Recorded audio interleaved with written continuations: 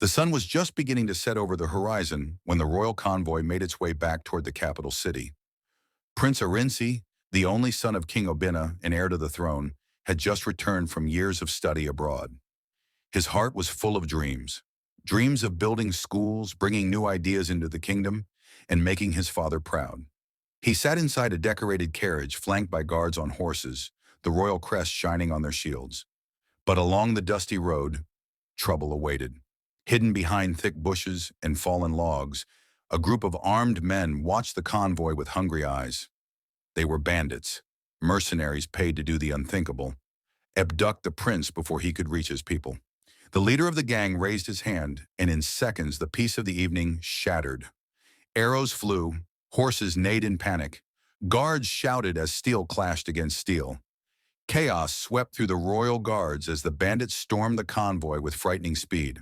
Though the guards fought bravely, they were outnumbered.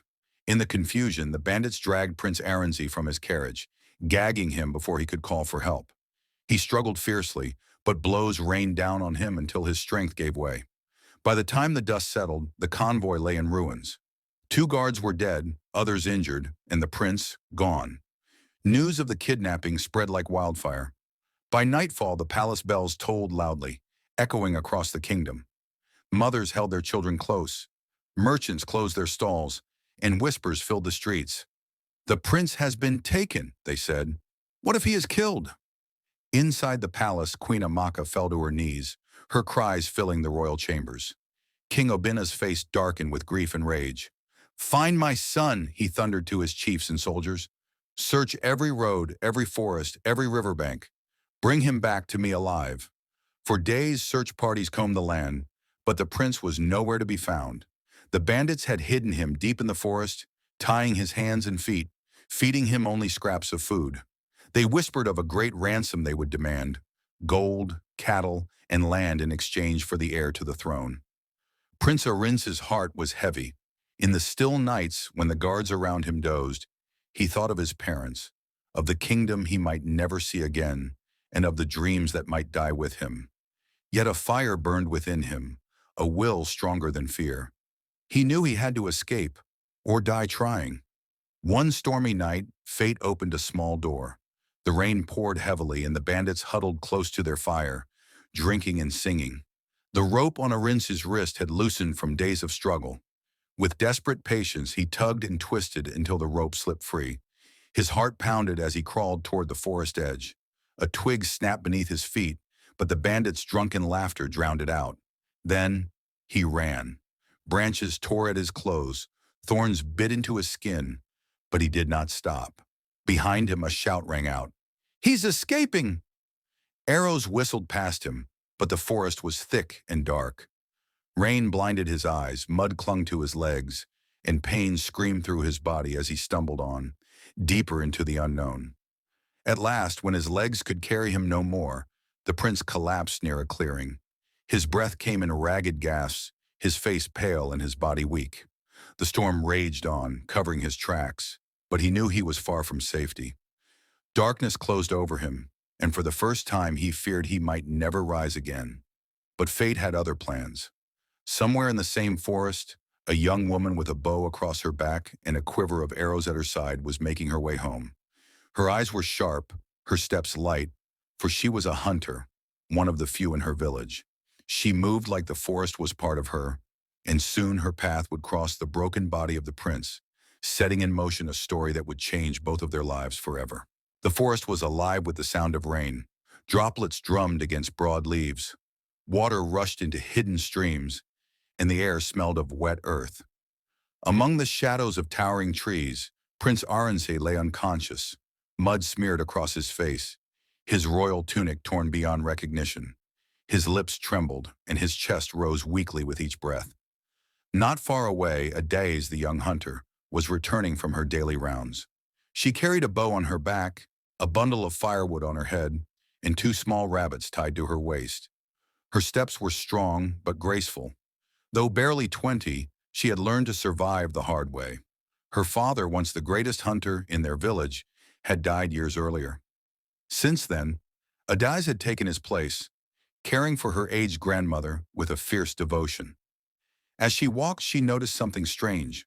The forest, usually alert and watchful, seemed restless. Birds flew in hurried bursts as though disturbed. She slowed her pace, eyes narrowing. Then through the curtain of rain, she saw him. A man, tall but broken, lay sprawled on the ground. His skin was pale, his lips cracked, and his clothes spoke of wealth, though they were now shredded and stained with blood. Adiz's first thought was danger. Bandits often set traps, pretending to be wounded travelers. But as she crept closer, she saw the truth in his breathing, shallow and desperate, in the bruises that marred his body. She dropped her firewood and knelt beside him. "Who are you?" she whispered, though she knew he would not answer. His eyes fluttered, then closed again. For a moment she hesitated. Bringing a stranger home could bring trouble. But her heart, soft beneath her hunter's strength, refused to leave him there. She pulled his arm over her shoulder, staggering a little under his weight. Slowly, step by step, she dragged him through the forest until her small hut came into view. Inside, her grandmother, Mama Ifeoma, sat by the fire, her wrinkled hands shelling beans. Her eyes widened when she saw Adaze enter with the unconscious man. "My child," she exclaimed. "Who is this?" "I don't know, Mama," Adaze panted, laying the stranger on a mat. "But he will die if we leave him outside." The old woman frowned but said nothing more. Together they cleaned his wounds, boiled herbs, and pressed warm cloths to his forehead. Adaze's hands moved with care, her face set in determination. Hours passed before the stranger stirred, his voice hoarse as he murmured, "Water?" Adaze quickly lifted a calabash to his lips. He drank greedily, then fell back, exhausted. She studied him more closely now. His features were fine, his skin smooth despite the cuts, and there was something noble in his posture, even in sleep. Days turned into weeks. Each morning, Adaze went to the forest to hunt and gather, while Mama Ifeoma tended to the stranger. Each evening, Adaze returned to find him stronger. He spoke little, offering only that his name was Aaron. He never spoke of where he came from or why he had been in the forest, and Adaze, out of respect, did not press him. Yet as time passed, a quiet bond grew between them. She would find him watching her as she skinned a rabbit or sharpened an arrow, admiration hidden in his tired eyes. At night she would hear him whispering in his sleep, names she did not know, cries of pain that made her wonder what demons chased him. One evening, as they sat by the fire, Aaron looked at her and said softly, "You saved my life." Adaze shrugged, stirring the pot of soup. Any human would have done the same. "No," he said, his gaze firm. "Not everyone has a heart like yours." Her cheeks warmed, though she tried to hide it. What neither of them knew was that far beyond the forest, soldiers still searched. The kingdom was restless, the king relentless in his vow to find his son. And while Aaron hid his true name, fate was already weaving the threads that would bring his two worlds crashing together. Life in Adaze's hut settled into a rhythm. Each morning the rooster crowed, and the mist curled around the edges of the forest. Adaze rose early, shouldered her bow, and stepped into the woods with the quiet confidence of one who belonged there. Her arrows rarely missed. By the time the sun stretched high, she returned with meat, wild yams, or fruits. Inside the hut, Aaron, still too weak for long journeys, sat near Mama Ifeoma, learning the ways of village life. Though his hands had once held books and pens abroad, now they held firewood, pestles, and herbs. The old woman, sharp despite her years, guided him with gentle patience. "Pound the yam like this," she said, lifting her frail arms in rhythm. Aaron smiled, trying and failing to keep the beat. The mortar jumped, and the yam spilled. Mama Ifeoma cackled, shaking her head. "Your arms are strong, but your spirit is restless. You must let the work guide you." Adaze would laugh when she returned, wiping sweat from her brow. "He is hopeless in the kitchen, Mama. Best leave him to fetch water." Yet behind her teasing, a warmth grew. She admired his determination, his willingness to learn, his respect for her grandmother. Evenings became the heart of their days. They gathered around the fire, the smoke rising into the night sky. Mama Ifeoma told stories of old, of spirits in the rivers, of hunters who challenged the gods, of maidens who carried destinies greater than themselves. Aaron listened, enraptured, as Adaze's face glowed in the firelight, her eyes shining with pride in her heritage. One night, when Mama Ifeoma had gone to sleep, Adaise sat outside sharpening her arrows. The moon bathed her face in silver. Irene joined her quietly. "You live a hard life," he said, watching the strength in her hands. Adaise shrugged. "It is the only life I know. My father was a hunter. When he died, I took his place. Someone had to feed us." "You carry so much on your shoulders," Aaron murmured. She looked at him, her gaze steady. "We all carry something. What do you carry, Aaron?" He froze. For a moment the truth rose in his throat. "I am the prince they seek, the heir of a kingdom in chaos." But fear held him back. If she knew, would she treat him differently? Would she pull away? He only said, "I carry the past, in dreams of a future I am not sure I will see." Adija studied him, then nodded, accepting his silence. "We cannot choose the past," she said softly, "but we can choose how to fight for tomorrow." The words struck him like arrows, piercing the shadows in his heart. As weeks turned into months, his strength returned. He followed Adaz into the forest, learning how to move without sound, how to set traps, how to listen to the whispers of the trees. She was patient, guiding him with quiet smiles and occasional bursts of laughter when he stumbled. Yet beneath the simplicity of their days, tension brewed. Sometimes Aaron would wake in the night, gasping from dreams of fire and screaming voices. Other times he would wander to the riverbank, staring at his reflection as though searching for the man he used to be. Adais noticed, but never pressed. Still, her heart grew curious. Who was this stranger with noble manners, whose eyes carried both sorrow and fire? The answer would come sooner than either expected. For beyond the forest, the king's soldiers were drawing closer. Scouts had found traces, broken branches, footprints leading toward the village edge. Whispers carried back to the palace that the prince might still be alive. And in a Daisy's small hut, where kindness had bound two strangers together, destiny waited, patient but unstoppable. The rains had ended, leaving the forest lush and alive. Sunlight poured through gaps in the tall trees, and the air smelled fresh, heavy with blossoms. In the quiet clearing, life moved with simple rhythm. Adayazi hunted and gathered. Mama Ifeoma told stories and prepared herbs. And Aaron, recovering in body but torn in spirit, slowly became part of their world. Yet within him, two lives warred. By day he laughed at Adaizi's playful jests, carried water from the stream, and even tried his hand at fishing. But at night when sleep came, the weight of who he truly was returned. He dreamed of the palace halls, of his father's stern voice, of the kingdom in mourning. He saw his mother's tears and heard the ringing of the palace bells the night he was taken. Sometimes Adais woke to hear him muttering in his sleep, his fists clenched as though fighting invisible enemies. She would place a gentle hand on his shoulder until he calmed. Though her heart burned with questions she dared not ask. One evening, as they sat outside, Adasi repairing a net and Aaron whittling wood, she broke the silence. "You are different from other men," she said, her eyes fixed on the rope in her hands. Aaron chuckled softly. "Different? How so?" "You speak like someone who has seen the world," she replied. "You carry yourself like someone used to giving commands, not taking them. And sometimes, when you think no one is watching, there is sorrow in your eyes too heavy for a common man." Her words pierced him. He looked at her, speechless for a long moment. Then he whispered, "What if I told you I am running from a life I did not choose?" Adais set the net aside, her gaze firm. "Then I would say that life is chasing you, whether you like it or not. You cannot outrun it forever." Aaron's chest tightened. She was right. Still, he could not reveal his truth. Not yet. Over the following weeks, their bond deepened. They laughed as they chased chickens around the yard, argued playfully over who made the better stew, and worked side by side in the fields. Irene found himself watching Adais when she was not looking. The curve of her smile, the strength in her arms, the fire in her spirit. For Adaz, the stranger who had stumbled into her life, was no longer just a guest. She saw kindness in him, respect, and a gentleness rare among men she knew.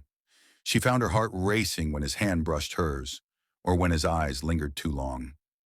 Yet she buried these feelings, unsure of who he truly was or what future they could share. Mama Ifeoma noticed, of course. One night when Adaze was outside fetching water, the old woman leaned toward Irene. My granddaughter is strong, but her heart is tender, she said in her raspy voice. If you mean her harm, you must leave now. Aaron bowed his head, shame and respect mingling in his chest. I would rather harm myself than bring sorrow to her. The old woman studied him, her wise eyes sharp. She did not press further, but her silence spoke louder than words. Unbeknownst to them, the forest was no longer safe. Scouts loyal to the king had drawn close, searching tirelessly for any trace of the missing prince. Villagers whispered of strange men asking questions in the market, of guards seen near the riverside. The net around Aran was tightening. One afternoon, as Adais and Aran returned from the forest with baskets of fruit, they spotted figures in the distance, armed men moving with purpose. Adais froze, her hunter's instincts prickling. Bandits? She whispered. But Irene's heart knew better. Those were not bandits. They were royal soldiers. His time of hiding was ending, and soon Adais would learn the truth, that the man she had saved was no ordinary stranger, but the missing prince whose name shook kingdoms. The morning broke with unusual stillness. Mist hung low over the trees, and the forest seemed to hold its breath. Inside the small hut, Adais prepared breakfast while Aran fetched water from the stream. But his mind was far away, troubled by the sight of soldiers the day before.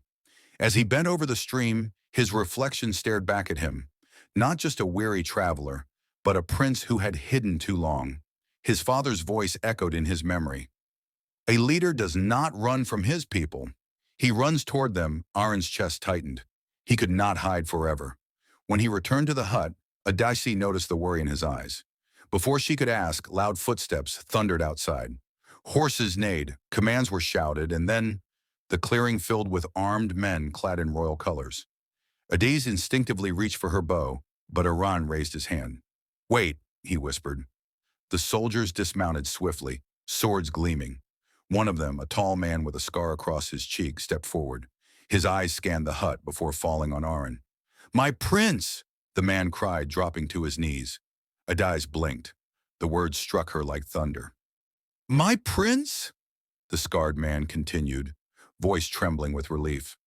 We searched every forest, every riverbank. At last we have found you. Before Adais could speak, more soldiers knelt, their voices rising as one. Long live Prince Aransi! Her bow slipped from her hands. She turned slowly to look at the man she had nursed, the man she had trusted, laughed with, and grown to care for. He avoided her gaze, shame and fear written across his face.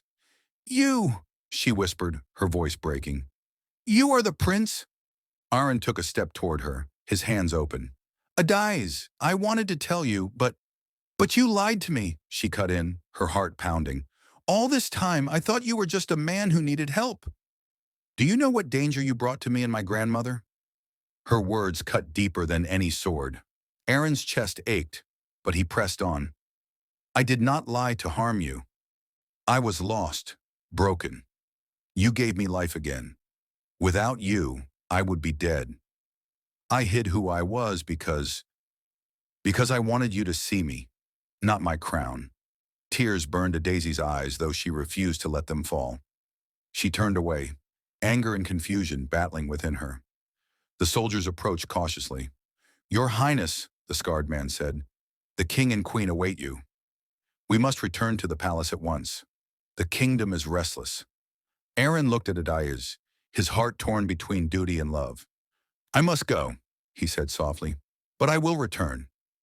This is not the end. Adais did not answer. She stood still, her arms folded tightly across her chest.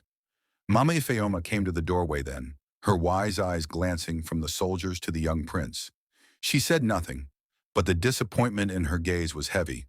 The soldiers placed a royal cloak over Aaron's shoulders. He looked out of place in the simple hut, the gold fabric glowing against the humble walls. Before leaving, he turned once more to Adais. You saved me when no one else could, he said, voice steady, though his eyes were pleading. No title, no crown will make me forget that. I swear on my life, Adais, I will return for you. With that, the soldiers led him away. Hooves pounded against the earth, voices rang with shouts of joy, and soon the clearing was silent once more. Adais stood frozen, her heart in turmoil. The man she had come to care for was not just a man. He was the prince of the land, heir to wealth and power beyond imagination. And she? She was just a hunter's daughter with calloused hands and a thatched roof above her head. The distance between them felt as wide as the heavens. Days turned into weeks, and the memory of that morning lingered like a shadow over Adai's heart. The villagers whispered of soldiers seen near the forest, of the missing prince who had finally been found. Some said he had returned to the palace in triumph. Others claimed he had died and impostors wore his crown. But in Adai's small hut, silence ruled. She hunted as before, tended her grandmother as before, but her laughter was gone. Every corner of the forest reminded her of him, the stranger who had turned out to be a prince. She tried to harden her heart, to tell herself it had been nothing more than a passing dream. Yet at night, when the world was quiet, she found herself replaying his words. "I swear on my life, Adais, I will return for you." And return he did. One bright morning, the village awoke to the sound of drums, deep, thunderous, rolling like distant thunder. Children ran to the road shouting, "The king's men! The king's men are here!" From the forest edge, a procession emerged. Horses with polished saddles, banners of gold and crimson fluttering in the wind, and soldiers marching in perfect step. At the center rode a man dressed in royal robes, his crown gleaming in the sun. Gasps rippled through the villagers as they recognized him. Prince Arinci. He dismounted gracefully, his eyes searching the crowd until they found her. Adais stood at the back, her bow slung over her shoulder, her face guarded. Mame Fayoma stood beside her, leaning on her staff, her expression unreadable. The prince stepped forward, the crowd parting before him. He stopped a few feet from Adais, his voice carrying over the silence. "Adais," he said, his tone both gentle and firm, "you saved my life when all hope was lost. You cared for me when I was nothing but a broken man. You gave me strength, not knowing who I was. For that I owe you more than words can ever repay." The villagers murmured in awe. Never before had they seen such humility from royalty. Arinci took a deep breath, then dropped to one knee before her. The gasp that followed swept through the crowd like wind through grass. A prince kneeling before a hunter's daughter? Such a thing had never been seen. "I came today not just to thank you," he continued, his eyes locked on hers. "I came to ask for your hand in marriage. Not as a reward, not out of duty, but because my heart has chosen you. Will you stand by me, not just in this village, but in the palace, in the kingdom, in life?" For a moment, Adais could not breathe. The weight of every eye in the village pressed on her. She thought of the nights they had shared laughter, the mornings they had walked side by side, the honesty in his gaze when he was only Aaron. Her grandmother reached for her hand, whispering softly, "Child, the gods weave strange destinies." "Do not fear them," tears welled into Daisy's eyes. She stepped forward, her voice trembling but strong. "I never asked for riches, nor dreamt of crowns. But I saw your heart when you were broken, and it was enough. If your love is true, then I will stand with you." The crowd erupted, cheers, songs, ululations rising into the sky. Drummers struck their instruments harder. Women danced, children clapped with joy. Prince Arinz rose, relief and joy flooding his face. He clasped Adasi's hands in his, bowing his head as though she were the crown he had been searching for all along. That day, the village saw a sight they would never forget. Luxury and royalty had walked into their humble homes, but love had chosen to stay. And from the union of a prince and a hunter's daughter, a new story began, one of courage, humility, and the power of destiny to unite even the most distant of worlds.